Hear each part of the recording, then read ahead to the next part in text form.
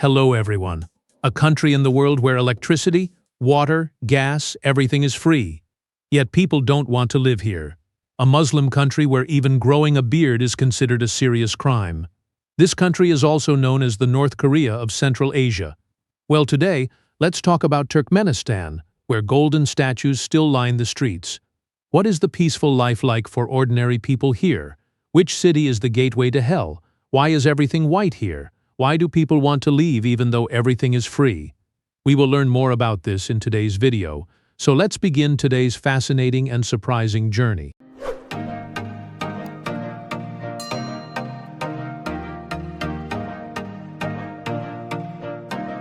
Welcome to Turkmenistan, one of the most secretive and surreal places on Earth. From the outside, it almost looks perfect. Massive white marble buildings, empty futuristic highways, golden statues shining under the desert sun. But the deeper you look, the stranger it becomes. Why are almost all the cars painted white?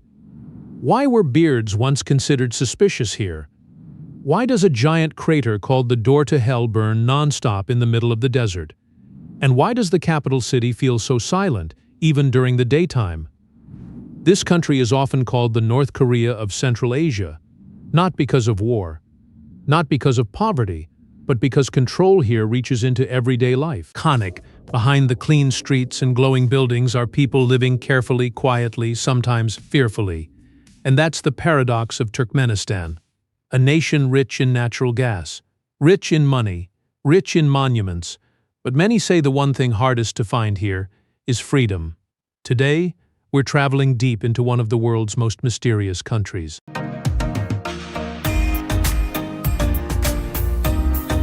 But then, you start noticing the silence for a different reason. Not because of the desert, because of the people. In many countries, cafes are loud. People argue about politics. Teenagers scroll freely through social media. Tourists wander wherever they want. But in Turkmenistan, things feel more controlled. A foreign traveler once described sitting inside a restaurant in Ashgabat where everyone suddenly became quiet after a political topic was mentioned. Nobody shouted. Nobody panicked. The conversation simply stopped. That quiet tension is one reason Turkmenistan is often called the North Korea of Central Asia. The government keeps tight control over television, news, internet access, and political activity. Many global websites and apps are restricted. Iconic. Even moving around the country as a tourist can require permission or guides. For local people, leaving the country is not always simple either. Getting passports or travel approvals can be difficult for some citizens. And that's what makes Turkmenistan feel emotionally confusing, because on the surface, everything looks clean and futuristic. Bright buildings, wide empty roads, perfectly maintained streets. But underneath that polished image, many people quietly live with limits they rarely talk about openly.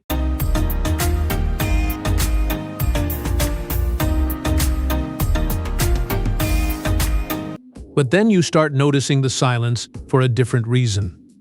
Not because of the desert, because of the people. In many countries, cafes are loud. People argue about politics. Teenagers scroll freely through social media. Tourists wander wherever they want. But in Turkmenistan, things feel more controlled. A foreign traveler once described sitting inside a restaurant in Ashgabat where everyone suddenly became quiet after a political topic was mentioned. Nobody shouted.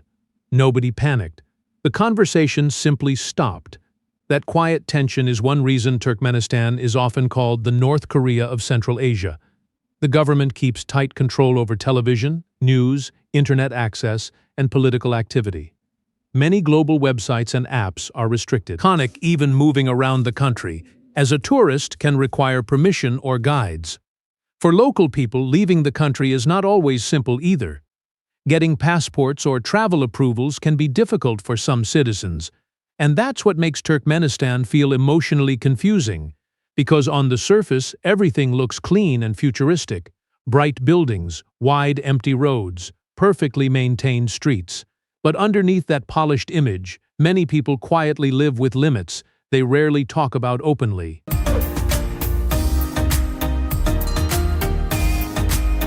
The weird thing about Turkmenistan is that after a few days, you stop being surprised by the giant buildings. You start noticing smaller things, like how almost every car around you is white. Not silver, not black, white. A taxi driver once told a visitor, half joking, "In this country, even your car should avoid attracting attention." And honestly, that says a lot. For years, white cars became the safe choice because the government associated white with luck and prestige, so people adjusted. That's what people do here. The same thing happened with appearance. There were periods when some men avoided growing long beards because nobody wanted unnecessary problems. Not official conversations, just quiet understanding. Then there's the leadership culture. Iconic television praising the president for hours. Huge portraits watching over empty streets. People clapping a little longer than normal during public events. One former leader even built a massive golden statue of himself that slowly rotated with the sun all day. Someone designed that, someone approved it, and nobody around him said, "Maybe this is too much." But somehow the strangest moment came later, because the capital city eventually unveiled a giant golden statue of the president's favorite dog, and people just kept walking past it like it was normal.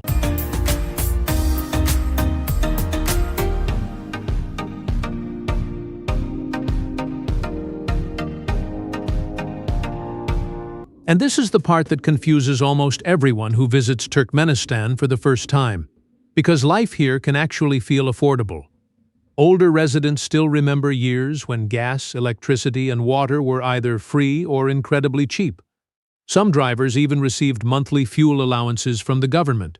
One local man once laughed and said, filling the tank used to cost less than dinner.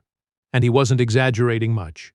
Schools and hospitals also spread far beyond the big cities. Even small rural towns often had basic clinics, teachers, and public services nearby. On paper, that sounds like the kind of system many countries dream about. But then people start talking more quietly again, because comfort and freedom are not always the same thing. A student might get free education while knowing the internet is heavily controlled. A family might pay almost nothing for fuel while rarely having the chance to travel abroad. A young person might grow up seeing beautiful white buildings every day, but know very little about the outside world. That's the emotional contradiction of Turkmenistan. Life is not always hard in the way outsiders imagine. Sometimes it feels stable, sometimes even comfortable. But comfort can still feel lonely when the rest of the world feels far away.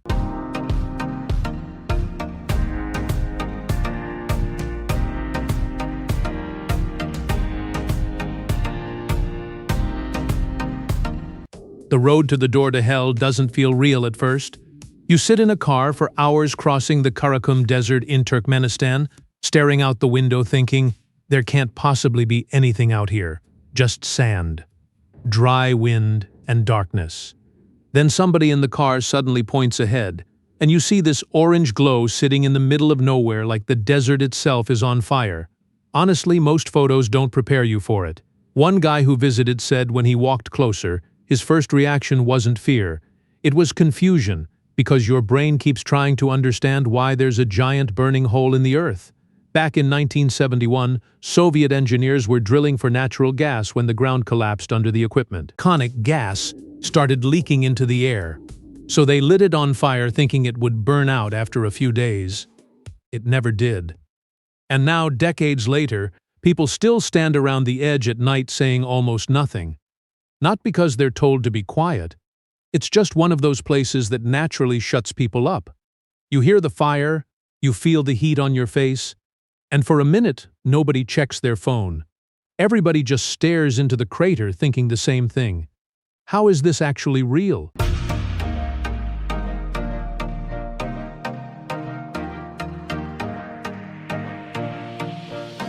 And then you arrive in Ashgabat, and suddenly nothing looks normal anymore. The city is so clean that it almost feels staged. White marble everywhere, white buildings, white monuments, wide empty roads with barely any traffic. At night, the lights reflect off the marble, and the whole place starts looking less like a capital city and more like a futuristic movie set. But the strange part is not the beauty, it's the silence. People who visit Ashgabat often talk about how quiet it feels. Not peaceful quiet, uncomfortable quiet. One traveler said he walked through downtown at night expecting music, crowds, or street noise. Instead, he could hear his own footsteps echoing across the sidewalk. That stayed with him. Conic. Most people don't realize the city was heavily rebuilt after a devastating 1948 earthquake destroyed much of the original Ashgabat. What exists today is almost a completely reimagined capital. Hundreds of buildings are covered in imported white marble from Italy. In fact, the city holds a Guinness World Record for having the highest concentration of white marble buildings on Earth. And honestly, it is beautiful. But after a while, the emptiness starts feeling bigger than the buildings themselves, like the city was designed to impress people more than to comfort them.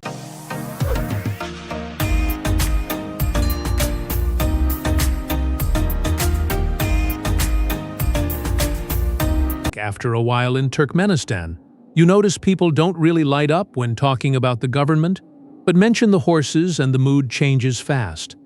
A guy at a stable outside Ashgabat once told a traveler, "These horses were here before all of this." He meant the buildings, the politics, the marble city, probably even the country itself.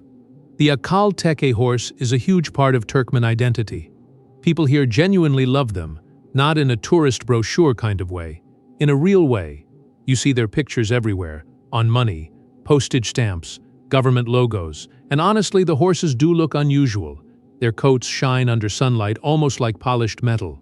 When they run through the desert, it barely even looks real for a second. Iconic every year. The country holds National Horse Day. Families show up early. Kids sit on fences eating snacks. Old men stand close to the track arguing about which horse looks strongest. That part felt normal somehow. No giant statues, no forced image. Just people being proud of something that actually means something to them.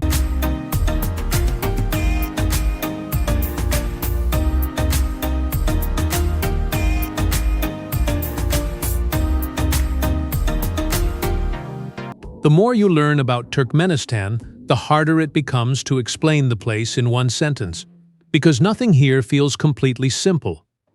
A taxi driver once told a visitor, "We have gas under our feet everywhere, but people still dream about leaving." That line honestly explains the country better than statistics do. Turkmenistan sits on some of the largest natural gas reserves in the world. That energy money helped build giant white buildings, massive roads, and futuristic projects in the middle of the desert. But this land was important long before oil and gas. Centuries ago, ancient cities like Merv were major stops on the Silk Road. Merchants, travelers, and scholars once passed through here, carrying ideas from Persia, China, and the Middle East. Iconic back then, Turkmenistan connected civilizations. Then history kept changing everything. Seljuk rulers, the Russian Empire, the Soviet Union, and finally independence in 1991. Maybe that's why the country feels emotionally divided even today. Part of it wants to look modern and powerful. Another part still feels closed off from the outside world. And honestly, that feeling follows you when you leave. Because Turkmenistan doesn't really feel like a normal country people fully understand yet. It feels more like a place the world is still trying to figure out. If this video gave you a different perspective, subscribe to the channel to see more similar journeys, and let me know which part of Turkmenistan surprised you the most. Share your thoughts in the comments. Iconic, thanks for watching until the end. See you in the next video.